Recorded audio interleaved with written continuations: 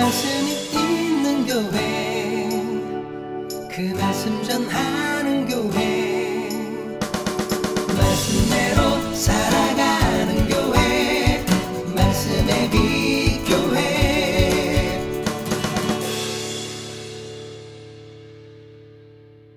삶을 통과해야 비로소 진리가 된다라는 제목으로 함께 말씀을 나누고자 합니다.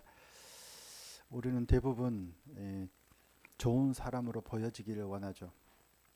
내가 원래 어떤 사람인가 보다 훨씬 더 좋은 사람으로 보여지기를 원합니다. 왜 안 그렇겠습니까? 좋은 사람이면 좋은데 그보다도 더 중요한 건 어떻게 보이느냐, 이거에 우리는 관심이 더 많은 것 같아요. 근데 문제는 뭐예요? 진짜 좋은 사람이냐 아니냐가 문제지, 좋은 사람으로 보여지느냐 아니냐 또 문제긴 하지만, 더 문제는 진짜 내가 좋은 사람이냐 아니냐, 이게 문제잖아요. 진리도 마찬가지인 것 같아요. 진리도 마찬가지. 그것이 참 진리냐, 내가 진리를 소유하고 있느냐, 이게 중요한데, 진리를 소유한 사람처럼 보여지느냐, 이에 우리는 관심이 많은 것 같아요. 좀 어렵기도 하죠. 내가 정말 진리를 추구하고 진리를 소유한 사람이냐 보다, 그거보다 진리를 소유한 사람처럼 보여지느냐, 이에 더 관심이 많다는 거예요. 실제 진리를 추구하고 진리를 따르는 게 중요할까요? 진리를 소유한 사람처럼 보여지는 게 중요할까요? 네, 전자겠죠. 진리를 소유하고 있고 진리를 따르는 게 중요하지, 진리를 소유한 사람처럼 보이느냐 안 보이느냐는 사실 중요한 게 아니에요. 그런데 우리는 후자에 너무 관심을 많이 가지고 살아가는 것 같아요. 오늘 본문은 요한 3서는 장로 요한이 쓴 짧은 편지인데, 이거에 대해서 굉장히 날카로운 질문을 던지고 있어요. 이 편지는 교리적인 어떤 논쟁을 위해서 쓴 편지가 아니라 순수한 사람 이야기.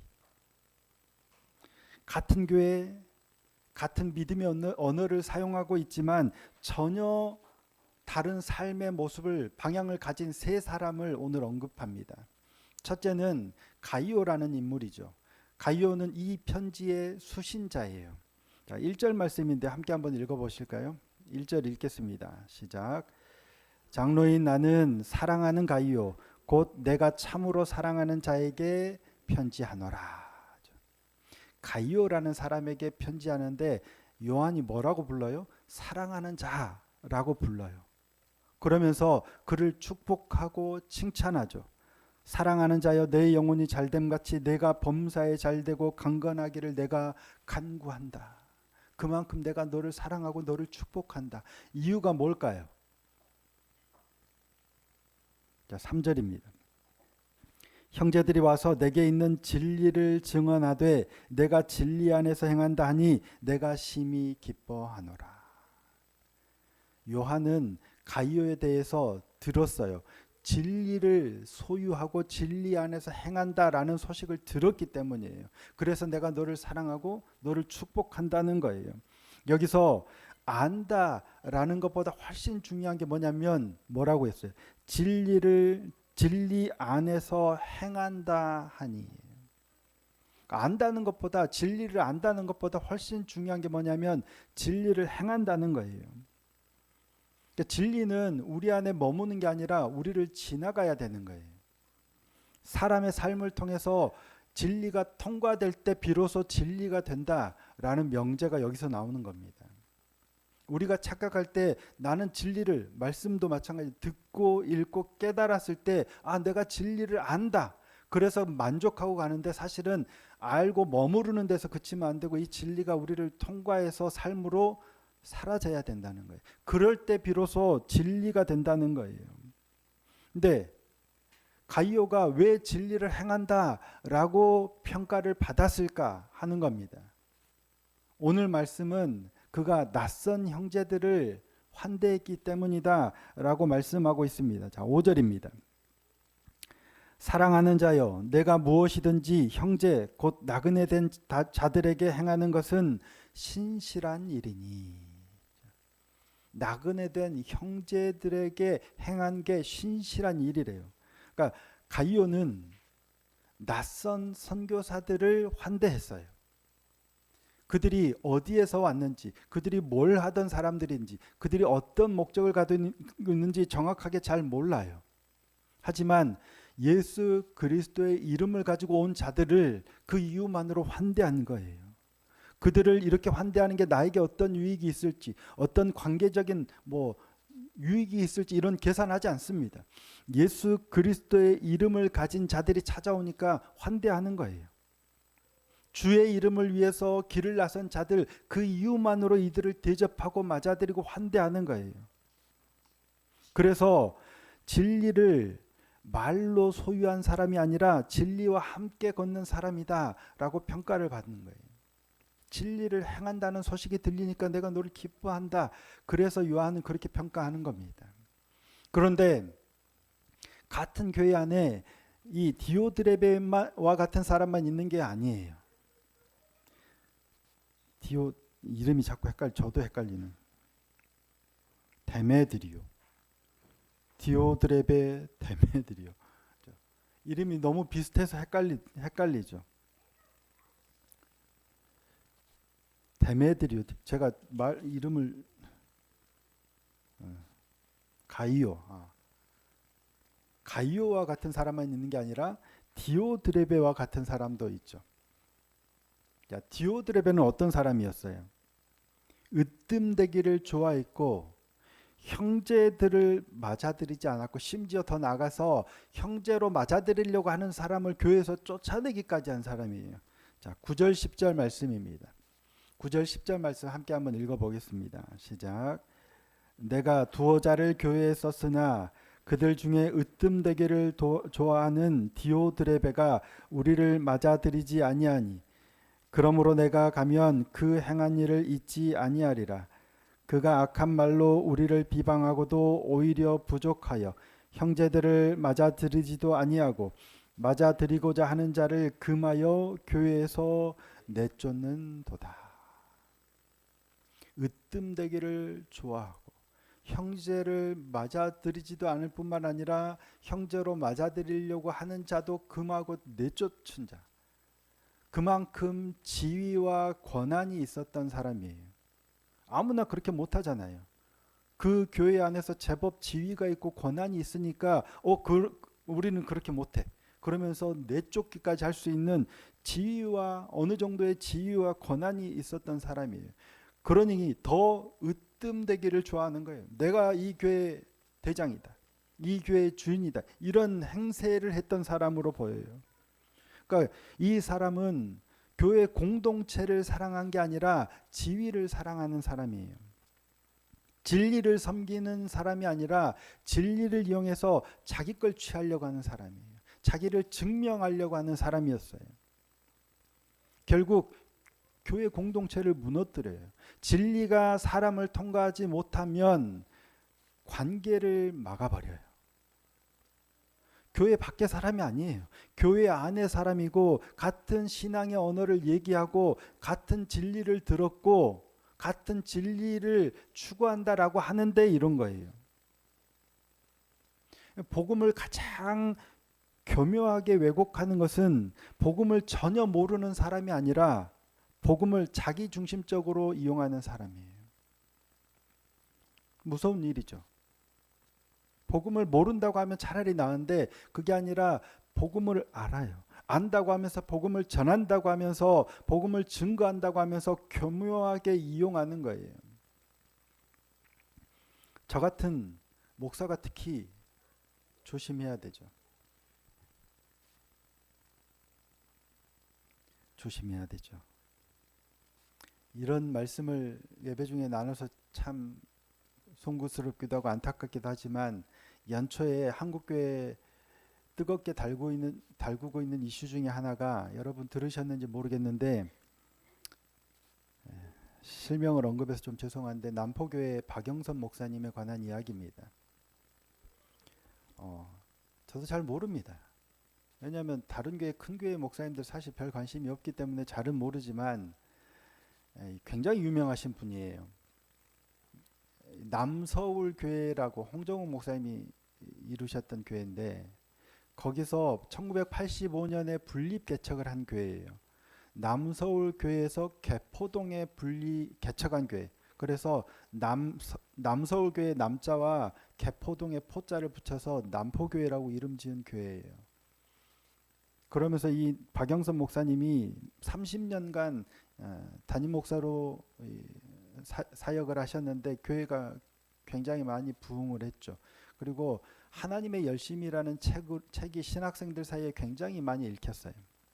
우리의 열심이 아니라 하나님의 열심으로 구원을 이루신다. 굉장히 유명한 책이고 말씀이에요. 설교가 굉장히 탁월하신 분으로 많이 알려졌죠.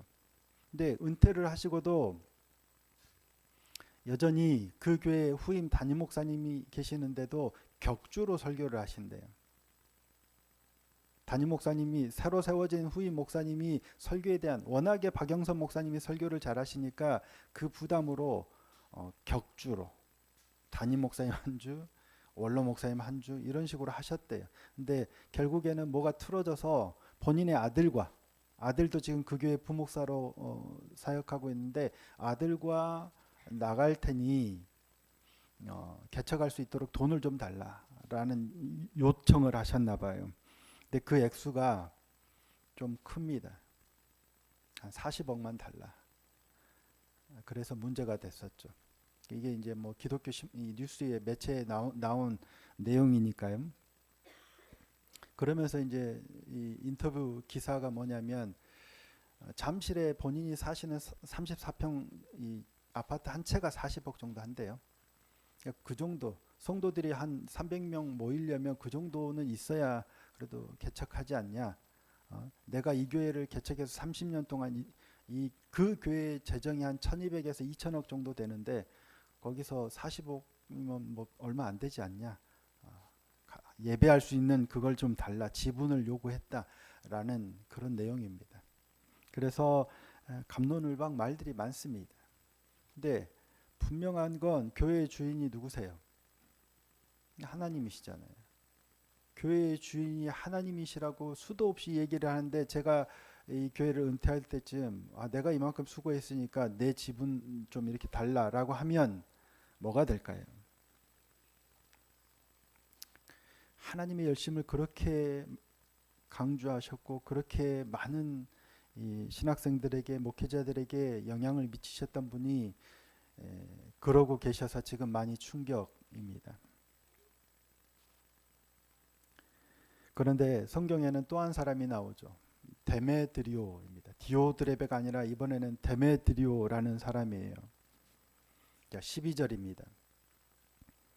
데메드리오는 무 사람에게도 진리에게서도 증거를 받았음에 우리도 증언하노니 너는 우리의 증언이 참된 줄을 아느니라.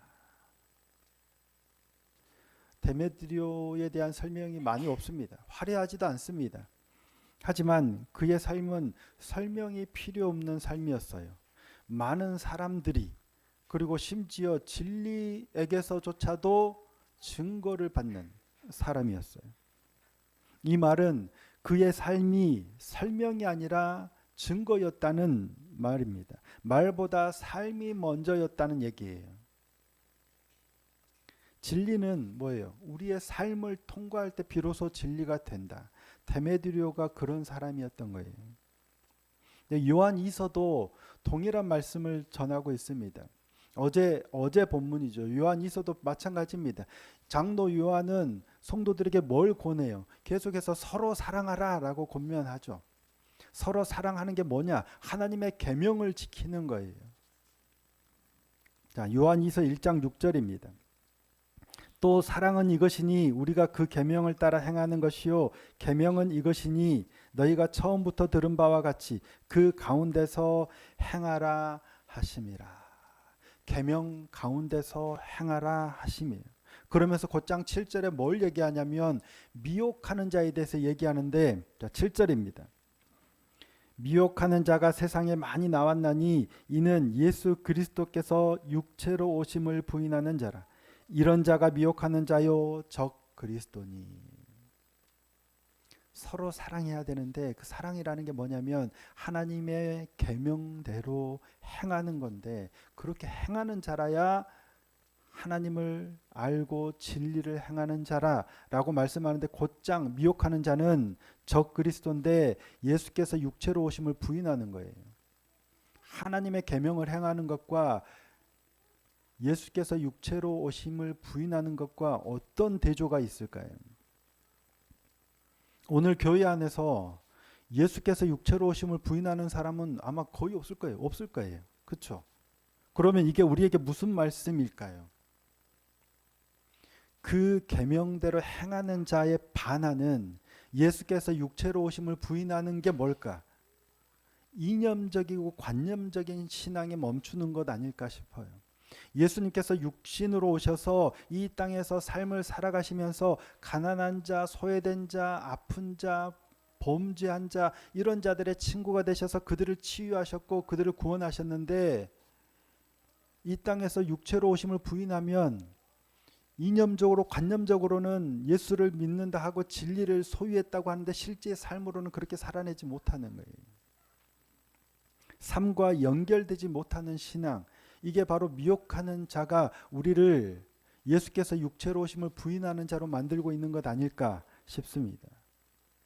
그래서 야고보 사도도 뭐라고 얘기해요? 행함이 없는 믿음은 죽은 것이다. 예수님께서도 마태복음 7장에 뭐라고 말씀하세요? 나더러 주여 주여 하는 자마다 다 천국에 가는 것이 아니라 하늘에 계신 내 아버지의 뜻대로 행하는 자라야 들어가리라. 아버지의 뜻대로 행하는 자라야 들어가리라. 진리는 우리 안에 머무는 게 아니라 우리를 통과해서 나가서 삶으로 살아내져야 돼요.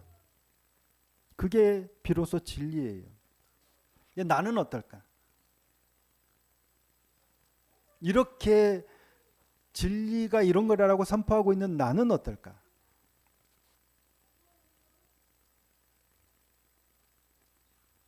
자신할 수 없죠. 그러면 문제는 진리가 우리 안에 왔는데 이게 머물지 않고 언제 통과될까? 어떻게 해야 이 진리가 나를 통해서 통과가 돼서 삶으로 드러날까?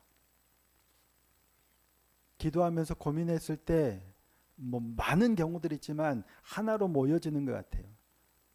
과연 진리는 나를 통과해서 내 삶을 통과해서 진리로 비로소 진리가 되고 있는지를 점검하는 하나, 선택의 순간인 것 같아요. 머리로 생각하면, 관념적으로 생각하면 답이 안 나와요. 그러니 나는 진리를 알고 있고 진리를 살아내고 있다라고 생각하는데도 이러잖아요. 이걸 분별할 수 있는 기준, 그리고 살아내는 기준 하나는 선택의 순간인 것 같아요. 우리 수많은 선택의 순간 앞에 놓이잖아요. 그런데 나의 이익을 선택할 것인가, 하나님의 말씀을 선택할 것인가, 내가 하고 싶은 걸 선택할 것인가, 하나님이 말씀하시는 것을 선택할 것인가. 그게 내가 주인인 삶을 선택하느냐, 하나님이 주인이신 삶을 선택하느냐의 문제예요. 오늘 수많은 내 삶의 선택의 순간들을 좀 돌아봤으면 좋겠습니다. 오늘 이 시간 교회에 나와서 예배하고 있는 우리 모두는 하나님을 믿고 예수를 그리스도로 고백하죠. 그런데 그 진리가 내 안에만 머물고 있는지, 정말 내가 진리가 진리되게 하시는 삶을 살아가고 있는지 돌아보면, 내 수많은 선택의 순간 나는 내가 주인으로서 살아오고 있었는지, 하나님이 주인 되시는 삶을 살고 있었는지. 우리의 말과 선택, 우리의 집과 관계를 통해서 세상은 복음을 봅니다. 우리의 말과 선택을 통해서 세상은 그리스도를 봅니다. 교회는 진리를 소유한 사람들이 아니라 진리를 흘려보내는 사람들을 통해서 세워집니다. 진리가 오늘 저와 여러분의 삶을 통과하는 그런 복된 삶이 되었으면 좋겠습니다. 우리가 연약해요. 돌아보면 저도 많이 실패했어요. 가끔 성공한 적이 있지만 상당히 많이 실패했더라고요. 다행인 건 아직 우리에게 기회가 있어요. 하나님은 너 이제 그만 기회를 뺏어가시는 분이 아니라 다시 우리에게 여전히 기회를 주세요. 으뜸되기를 좋아하는 자, 그런 어리석은 자로 인생을 끝내지 않기를 소망합니다. 가이오처럼, 데메드리오처럼 수많은 사람들에게도, 심지어는 진리로부터도 증거를 받는 우리의 삶이 되었으면 좋겠습니다. 이를 위해서 작은 선택의 순간에도 내가 좋아하는 쪽이 아니라 하나님이 기뻐하시는 쪽, 나의 이익이 아니라 하나님이 명하신 그 길을 선택하고 나갈 수 있는 용기와 은혜가 주어지는 복된 삶이 되기를 예수님의 이름으로 축복합니다.